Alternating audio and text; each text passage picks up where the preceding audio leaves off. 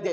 ಯಾರಾದ್ರೆ ಇಸ್ಲಾಮ ಧರ್ಮನಲ್ಲಿ ಸ್ವಂತನಿಂದ ಹೊಸದಾಗಿ ಏನಾದ್ರೆ ಮಾತುವನ್ನು ಕೂಡಿಸಿದರೆ, ಇವತ್ತು ನಮ್ಗೆ ಎಲ್ಲಾರಿಗೆ ಅವಶ್ಯಕತೆ ಇದೆ ಇದು ಮಾತು. ನಾವ್ ಏನ್ ಹೇಳ್ತೀವಿ, ಮೊದ್ಲಗಿನ ಕಾಲಿನಿಂದ ಮಾಡ್ಕೊಂಡು ಬಂದಿದ್ದೀವಿ, ಅವಾಗಿಂದ ಮಾಡ್ಕೊಂಡು ಬಂದಿದ್ದೀರಪ್ಪ ಅಲ್ಹಮ್ದುಲಿಲ್ಲಾ, ನಡೆಸ್ಕೊಂಡು ಬಂದಿದ್ದೀರ ಅಲ್ಹಮ್ದುಲಿಲ್ಲಾ, ಯಾರು ಇಲ್ಲ ಅಂತ ಹೇಳಿದ್ರು. ಸ್ವಲ್ಪ ದೃಷ್ಟಿ ಕುರಾನ್ ಹದೀಸ್ ಕಾನೂನು ಒಳಗೆ ಹಾಕಿ ನೋಡ್ರಿ. ಇಡೀ ಪ್ರಪಂಚದ ನಬಿ ನಮ್ಮ ಇಸ್ಲಾಂ ಧರ್ಮ ತಗೊಂಡು ಬಂದಿದ್ದಾರೆ, ಅವರು ಏನು ಹೇಳಕ್ ಕುಂತಿದ್ದಾರೆ ಅದರ ಬಗ್ಗೆ ಸ್ವಲ್ಪ ತಿಳ್ಕೋರಿ, ಆಮೇಲೆ ಮಾಡಿ ಪ್ರಯತ್ನ ಮಾಡಿ. ನಾಳೆ ಸತ್ಯದ ನಂತರ ಮಾಡಿರೋ ಕೆಲಸ ನಿಮ್ಮ ಮುಖದ ಮೇಲೆ ಬೀಸಿ ಬಗೆಯೋದು ಆಗಬಾರ್ದು. ಎಂಥದ್ದು ಕೆಲಸ ಮಾಡಬೇಕು, ಮಾಡಿದ ನಂತರ ಯಾ ಅಲ್ಲಾ ನಿನ್ನ ಮೆಹಬೂಬರು ಹುಕ್ಮ ಕೊಟ್ಟಿದ್ರು, ನಾವು ಪಾಲನೆ ಮಾಡಿ ಅದರಿಂದ ಸ್ವರ್ಗ ಹೋಗ್ತಿದ್ವಿ, ಅಂಥದ್ದು ಶಿಕ್ಷಣ ಒಳಗಿರಬೇಕು.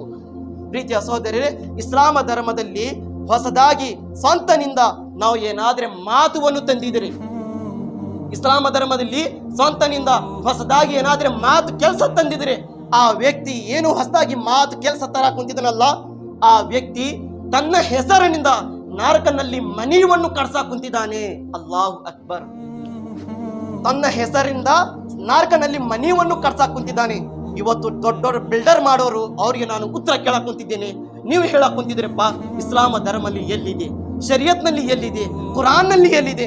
ಮಾಡಿರಿ ಅಲ್ಹಮ್ದುಲಿಲ್ಲಾ. 4 ಜನರಿಗೆ ಸತ್ಯದ ನಂತರ ಎಷ್ಟೋ ಜನರು ನಿಮ್ಮ ಜೊತೆ ಕೂಡಿ ಮಾಡಿದ್ರು, ಅವರೇ ನಾಳೆ ಹೇಳೋದಕ್ಕೆ ಉತ್ತರವನ್ನು ಆಗ್ಬೇಕು.